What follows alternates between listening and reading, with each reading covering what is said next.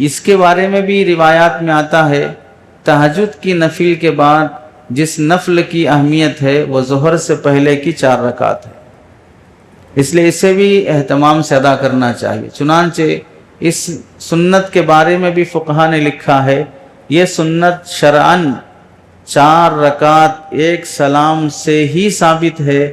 چنانچہ اگر کوئی بندہ 2 رکعت پر سلام پھیرا پھر 2 رکعت پڑھا اور اس 4 کو ظہر سے پہلے کی 4 سنت سمجھا تو وہ مسنون طریقے سے 4 سنت شمار نہیں ہوگی۔ جیسے فجر کی تاکید ہے ویسے اس کی بھی تاکید ہے، اور ایسے ظہر کے بعد کی 2 رکعت سنت، اس کے بعد کی 2 رکعت نفل، عصر سے پہلے کی سنت کا بھی اہتمام ہونا چاہیے، مغرب کے بعد 2 رکعت سنت، 2 رکعت نفل، پھر 6 رکعت اوابین کا اہتمام۔ بندہ اگر عزم کر لے تو اللہ اس کے 10 منٹ میں اتنی برکت دے دیتے ہیں کہ 10 منٹ میں اس کے 10 رکعت پوری یکسوئی اور خشوع خضوع سے ادا ہو جاتے ہیں، پوری توجہ سے ادا ہو جاتے ہیں۔ ایسے ہی عشاء کے بعد 2 رکعت جو سنت مؤکدہ ہے، عشاء سے پہلے 4 رکعت سنت ہے، تو ان سنتوں کا بھی اہتمام کرنا چاہیے۔ ہر اہل علم کو اس سے اللہ کا قرب نصیب ہوتا ہے۔ ایک بڑے بزرگ گزرے ہیں امام ابو قلابہ رحمۃ اللہ علیہ، جن کا نام عبد الملک بن محمد رقاشی ہے۔ ان کی والدہ نے حمل کی حالت میں خواب دیکھا کہ ان کے پیٹ سے ایک ہدہد پرندہ پیدا ہوا۔ انہوں نے کسی خواب کی تعبیر بیان کرنے والے سے پوچھا کہ میں حاملہ ہوں اور یہ خواب دیکھا ہے، تو خواب کی تعبیر بتلانے والوں نے بتلایا کہ اگر آپ اپنے خواب میں سچے ہو تو تمہارے یہاں ایک بچہ پیدا ہوگا جو بکثرت نمازیں پڑھے گا۔ ہدہد پرندے کو حمل کی حالت میں خواب میں دیکھنے کی تعبیر یہ بیان کی کہ ایک بچہ ہوگا جو بکثرت نفل نمازیں پڑھے گا۔ چنانچہ امام ابو قلابہ رحمۃ اللہ علیہ جب پیدا ہوئے ان کی والدہ کی پیٹ سے، تو ہوش سنبھالنے کے بعد، یعنی یوں سمجھیں کہ بالغ ہونے کے بعد روزانہ 400 رکعت نفل نماز پڑھنے کا اہتمام تھا۔ روزانہ 400 رکعت، یہ 400 رکعت وہ فجر سے پہلے کی سنت، ظہر سے پہلے کی سنت، یہ سب چھوڑ کر 400 رکعت، اشراق نفل سب چھوڑ کر یہ 400 رکعت کا اہتمام تھا۔ اور علم میں کتنے آگے تھے، ہم لوگ سمجھیں گے کہ بھئی اتنی نمازیں پڑھیں گے تو پھر بخاری شریف کب پڑھیں گے، مشکات کب پڑھیں گے، جلالین کب پڑھیں گے، ہدایت النحو کب پڑھیں گے، کافیہ کب پڑھیں گے، مرقات کب پڑھیں گے، جب 400 رکعت نفل نمازیں پڑھیں۔ اتنا سب ہونے کے بعد 60,000 احادیث ان کو ازبر یاد تھی، 60,000 حدیثیں ازبر یاد تھیں۔ اور ان محدثین کے بارے میں جب کہا جاتا ہے کہ ان کو حدیثیں یاد تھیں تو اس کا مطلب ہوتا ہے سند اور متن کے ساتھ یاد تھی۔ صرف متن یاد ہونا مراد نہیں ہے، سند کے ساتھ یاد ہونا مراد ہوتا ہے، کیونکہ ان کے نزدیک حدیث یاد ہونا اسی کو شمار کیا جاتا تھا۔ تو اس سے ہم سمجھیں کہ کس قدر وہ نوافل کا اہتمام کرتے تھے اپنے علم کے ساتھ۔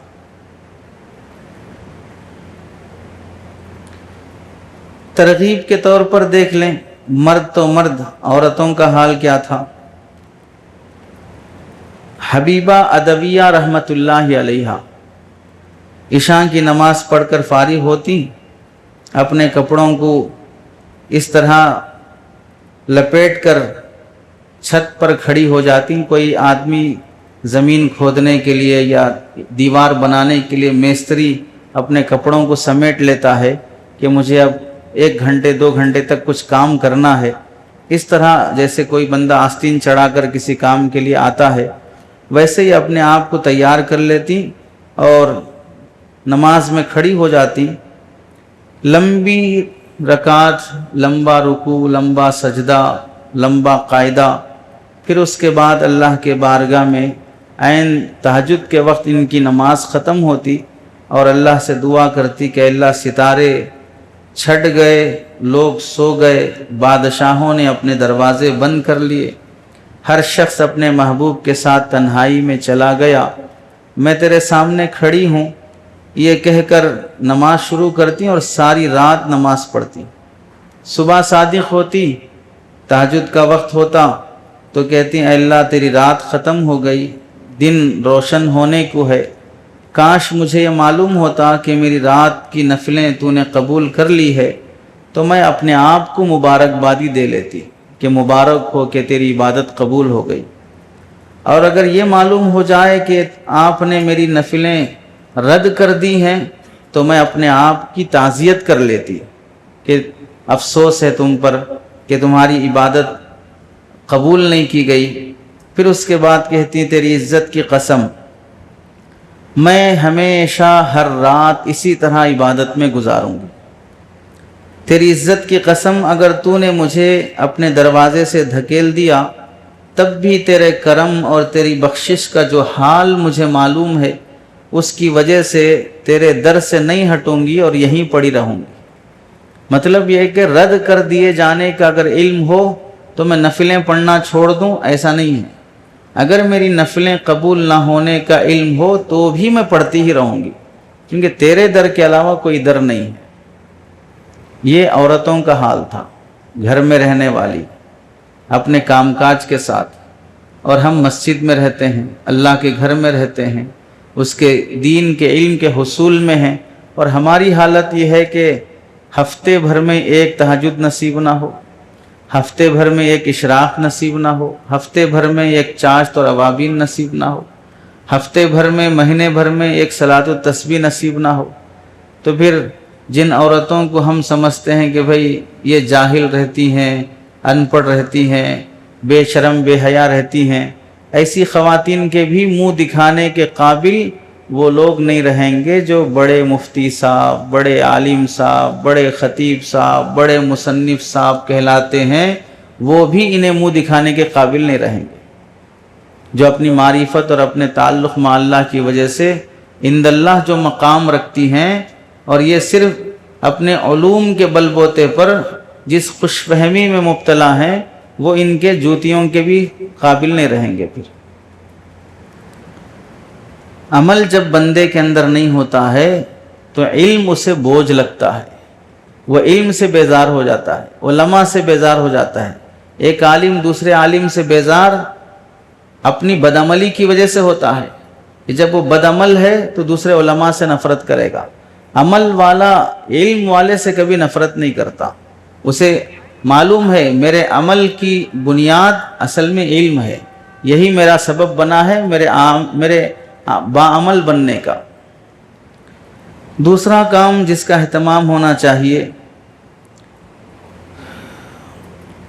اذان کا سننے کا اہتمام۔ جب اذان ہو تو تھوڑی دیر، جیسے فجر کی اذان، یہ مسئلہ ایسا ہے کہ بہت سے مسلمان یوں سمجھیں 90% مسلمان وہ ہیں جو فجر کی اذان سن نہیں پاتے ہیں۔ 90% مسلمان وہ ہیں جو فجر کی اذان سن نہیں پاتے ہیں، اور کئی مسلمان وہ ہوں گے جن کے 6 مہینے گزر گئے لیکن آج تک انہوں نے فجر کی اذان نہیں سنی۔ اور یہ کوئی معمولی بات نہیں ہے، مسلمان ہے اور فجر کی اذان نہیں سن رہا ہے۔ حضرت لقمان علیہ السلام کی نصیحتوں میں سے ہے، بیٹا صبح اٹھنے میں جلدی کرنا، اگر گلی کا جانور، مرغ، کتا تم سے پہلے اٹھ جائے تو تم اس سے بہتر نہیں ہو سکتے۔ گلی کا کتا اور مرغ تم سے پہلے اٹھ جائے تو تم اس سے بہتر نہیں ہو سکتے۔ یہ اپنے بیٹے کو اس زمانے میں نصیحت ہے جبکہ کوئی انٹرنیٹ نہیں تھا، کوئی موبائل نہیں تھا، کوئی گناہ کا آلہ نہیں تھا، لوگ جلدی سوتے اور جلدی اٹھا کرتے تھے۔ تب بھی اولاد کو یہ نصیحت ہوتی تھی کہ بیٹا اگر تم جانور سے پہلے نہیں اٹھے تو جانور سے بہتر نہیں ہو سکتے۔ آج تو پورے آلات وہ ہیں جو انسان کو دیر سے سلاتے ہیں اور دیر سے اٹھاتے ہیں، پھر بھی یہ نصیحتیں اور یہ عمل نہ ماں باپ میں ہے نہ اولاد کو ہے۔ اذان سننے کا اہتمام ہونا چاہیے۔ آدمی جس کام میں بھی ہو اسے تھوڑی دیر کے لیے موقوف کر دے، خاموش ہو جائے اور پوری ادب اور احترام کے ساتھ بات چیت کے بغیر، کھیل تماشے کے بغیر اذان سنے۔